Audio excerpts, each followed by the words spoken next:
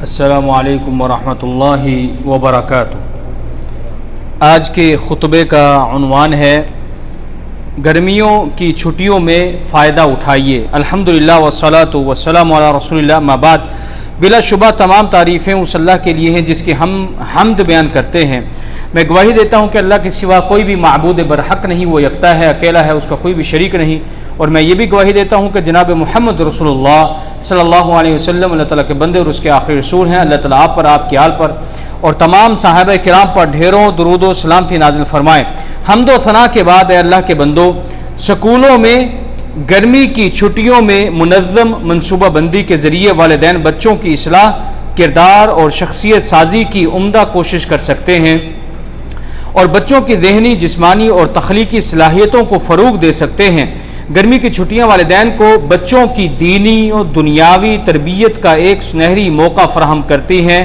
اچھی تربیت بچوں کی روحانی غذا ہوتی ہے جو ان کو فضولیات، لغویات اور منکرات سے محفوظ رکھنے کا ذریعہ بنتی ہیں۔ ایک بچے کی تربیت ایک گھر، ایک خاندان، ایک صحت مند معاشرے کی تربیت ہے۔ گرمی کی چھٹیاں جہاں طلبہ، اساتذہ اور تعلیمی اداروں کے لیے نوید مسرت ہوتی ہے، وہیں والدین کو بچوں کی دینی و دنیاوی تربیت کا ایک سنہری موقع فراہم کرتی ہے۔ بچوں کو با مقصد سرگرمیوں میں مصروف رکھنا والدین کی اہم ترین ذمہ داری ہے جو اصل مقصد حیات کو سمجھنے میں ان کی معاونت کرتی ہے۔ عام دنوں میں سکول کی روزمرہ نصابی سرگرمیوں، تعلیمی مصروفیت اور وقت کی قلت کی وجہ سے والدین بچوں کی دینی و دنیاوی تعلیم و تربیت کے سلسلے میں خود کو مجبور محسوس کرتے ہیں، مگر گرمی کی چھٹیوں میں منظم منصوبہ بندی کے ذریعے والدین بچوں کی اصلاح، کردار اور شخصیت سازی کی عمدہ کوشش کر سکتے ہیں اور بچوں کی ذہنی، جسمانی اور تخلیقی صلاحیتوں کو فروغ دے سکتے ہیں۔ اس میں نصابی و غیر نصابی سرگرمیاں بچوں میں قائدانہ صلاحیتوں کو پروان چڑھانے میں معاون ثابت ہو سکتی ہیں۔ اے اللہ کے بندو، گرمی کی چھٹیوں کا آغاز ہو چکا ہے۔ چھٹیاں شروع ہونے سے قبل ہی طلبہ و طالبات منصوبے بناتے ہیں، لیکن چھٹیاں ختم ہونے کے بعد وہ کف افسوس ملتے ہیں کہ میں نے تو کچھ کیا ہی نہیں، ساری چھٹیاں یوں ہی گزر گئی۔ اس کے لیے سب سے اچھا طریقہ یہ ہے کہ چھٹیوں میں انجام دینے والے دینی کاموں کی ایک فہرست بنا لی جائے۔ جو کام مکمل ہوتے جائیں ان پر نشان لگاتے جائیں۔ اگر چھٹیوں کا استعمال منصوبہ بند طریقے سے کرنے میں کامیابی حاصل کر لیں تو یہ چھٹیاں اللہ تعالیٰ کی بہت بڑی نعمت ثابت ہو سکتی ہیں۔ آج کے عدیم الفرصت دور میں اگر خوش قسمتی سے فرصت کے کچھ لمحات میسر آ جائیں اور اہل خانہ مل جل کر کچھ وقت گزار سکیں تو بلا شبہ یہ اللہ کی کسی نعمت سے کم نہیں۔ اسی بات کی اہمیت کے پیش نظر نبی کریم صلی اللہ علیہ وسلم نے ارشاد فرمایا، مصروفیت سے پہلے فرصت کو غنیمت جانو۔ لہذا نبی کریم صلی اللہ علیہ وسلم کے اس ارشاد کے مطابق فرصت کو غنیمت جانتے ہوئے فرصت کے ان لمحات کو بہترین انداز میں صرف کرنا چاہیے۔ بالخصوص انفرادی اصلاح، گھر کے ماحول کی بہتری اور بچوں کی تربیت اور کردار سازی کے لیے باقاعدہ منصوبہ بنا کر ایک مربوط پروگرام ترتیب دینا چاہیے، مگر ہمارا حال یہ ہے کہ ہم فرصت کے لمحات کی صحیح معنوں میں قدر نہیں کرتے۔ اس ضمن میں چند عملی نکات ذہن نشین کر لیجئے۔ شب و روز کے لیے نظام الاوقات کا تعین کرے۔ نبی کریم صلی اللہ علیہ وسلم کے فرمان کے پیش نظر کہ صبح کے وقت میں برکت ہے، اپنے دن کا آغاز نماز فجر سے کیجئے، نماز فجر کے بعد ہی دن بھر کی سرگرمیوں کا آغاز کیجئے۔ یہ بہترین اور بابرکت وقت سونے کی نظر نہ کریں۔ عام طور پر تعطیلات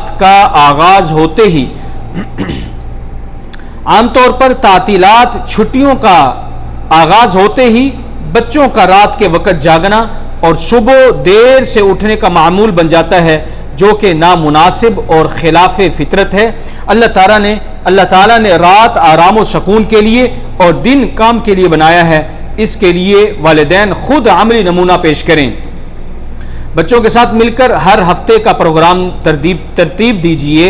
ان کے ذہن اور دلچسپیوں کے مطابق ذمہ داریاں بانٹ دیجئے. فون پہ گھنٹوں گفتگو میں مصروف رہنا اگرچہ کوئی صحت مند سرگرمی نہیں، مگر جب آپ کی سب سے قیمتی متاع اور وہ خزانے آپ کے سامنے موجود ہیں جن کی حفاظت و نگہبانی پہ آپ کے مستقبل یعنی اخروی زندگی کی کامیابی کا دار و مدار ہے، تو اس خزانے کو ضائع کیوں کریں؟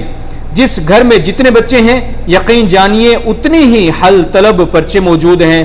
اس وقت ان پرچوں میں بہترین گریڈ حاصل کرنے کا کام دنیا کے سب کاموں سے زیادہ اہم ہے. اسی طرح اولاد میں ذوق مطالعہ کو پروان چڑھانا، ان کی تسکین کا سامان کرنا ایک عام فریضہ ہے. اچھی کتب و رسائل پڑھنے کو فراہم کریں. بچوں کو کہانی سننا اچھا لگتا ہے، دلچسپ انداز میں دینی کہانیاں سنائیے. بچوں کے ساتھ بیٹھ کر کہانی پڑھیے اور پھر اس پر بات چیت ہو.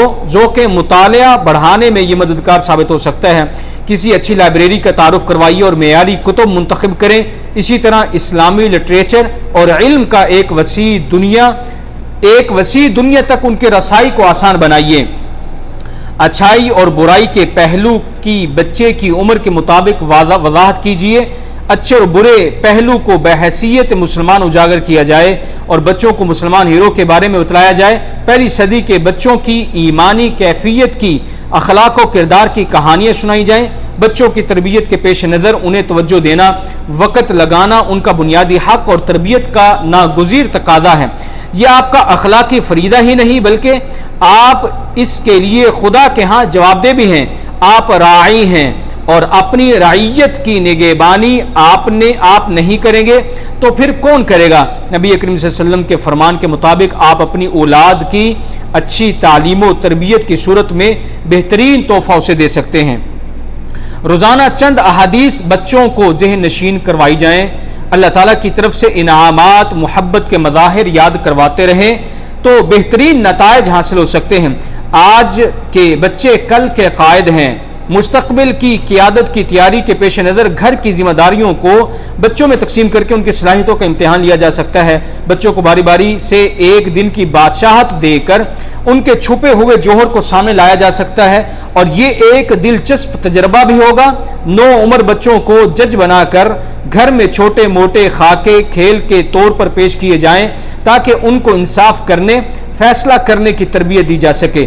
بچوں کی لڑائیوں میں صلح کرانا، ان کی شرارتوں نادانیوں کی اصلاح کرانے کے لیے ان سے تعاون لیا جا سکتا ہے. جب نو عمر بچوں سے ذمہ دار، قابل اعتماد ہستی کے طور پر برتاؤ کیا جاتا ہے تو ان کی خواب دیدہ صلاحیتیں بیدار ہو جاتی ہیں. نو عمر بچوں کو احساس دلانا کہ وہ گھر میں اپنے چھوٹے بہن بھائیوں کے لیے راعی ہیں، لہذا شفقت و محبت اور تحمل و برداشت سے ان کی بہتری کے لیے کوشاں رہیں.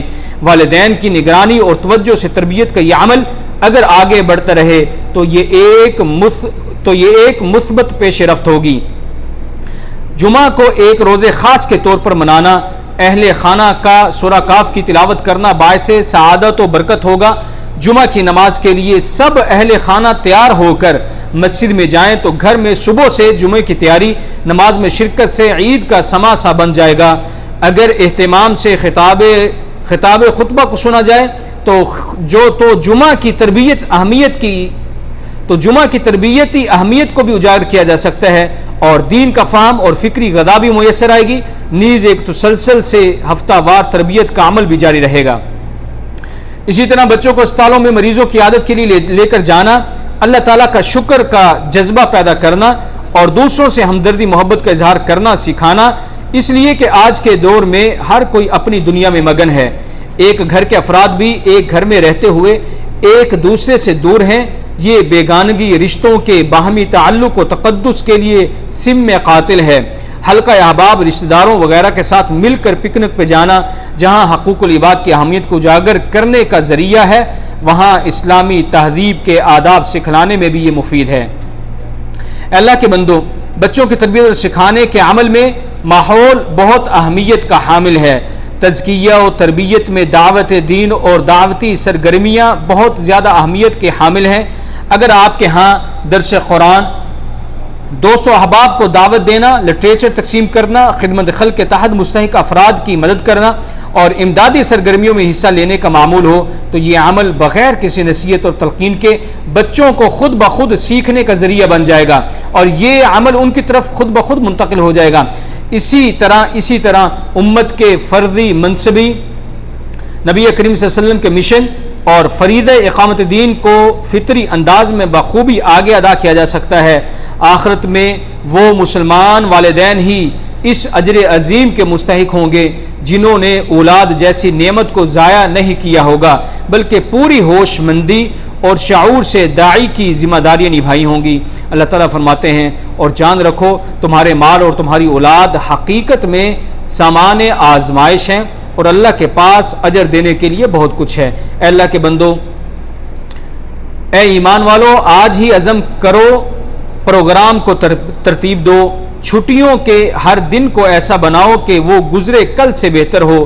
ایک نئے جذبے سے بچوں کے ساتھ دوستی محبت کا رشتہ استوار کرو، اپنے لیے، امت کے لیے، اللہ کی رضا کے لیے، اپنی آخرت سنوارنے کے لیے، کیونکہ بچے آپ کا قیمتی خزانہ ہے، ان سے کبھی غافل مت رہنا۔